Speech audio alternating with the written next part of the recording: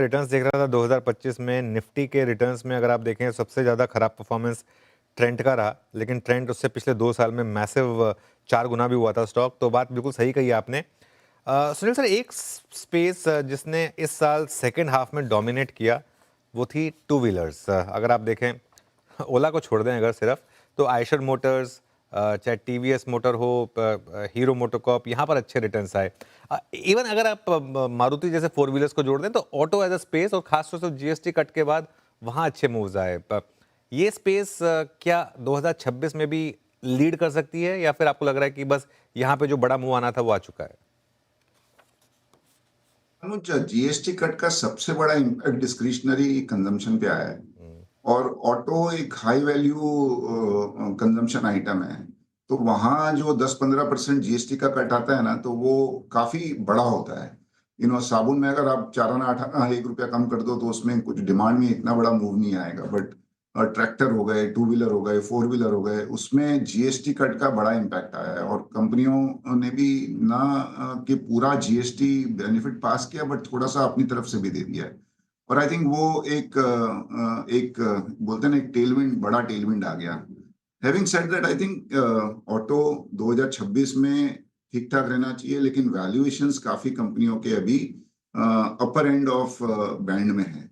तो मुझे लगता है कि जो लास्ट 3-4 महीने में जो 30-40% रिटर्न बन गया है कंपनियों में, एक बार ये कंसोलिडेशन की तरफ जा रहा है। और थोड़ा सा I would say return will moderate इन 2026।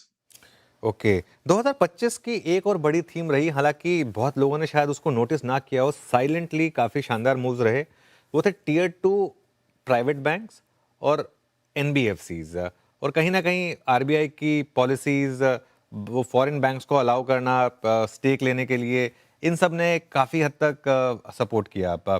इसमें कुछ ऐसे स्टॉक्स भी रहे हैं जो जैसे गोल्ड फाइनेंस में मुझे याद है आपने अर्स्टवाइल म्यूचुअल फंड डेज में आपने 100 गुना तक के रिटर्न्स देखे थे यहाँ पर।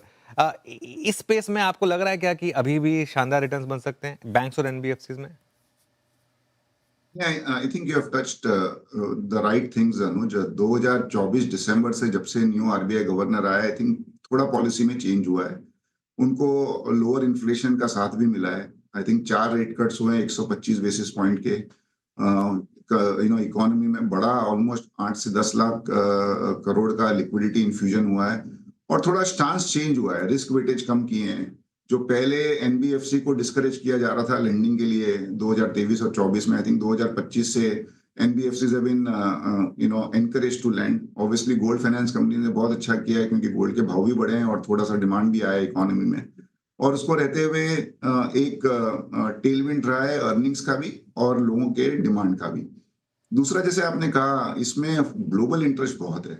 तो अगर आप कितने सारे बैंक्स देख लीजिए, RBL bank, IDFC, federal bank, even yes bank, जहाँ पे फॉरेन इन्वेस्टरों ने बहुत बड़ी स्ट्रेटेजिक इन्वेस्टमेंट की है। सम एनबीएफसी ऑल्सो, सम्मान कैपिटल, मन्नपुरम, अभी भी एक कोई बड़ी एनबीएफसी में इन्वेस्टमेंट की बात हो रही है।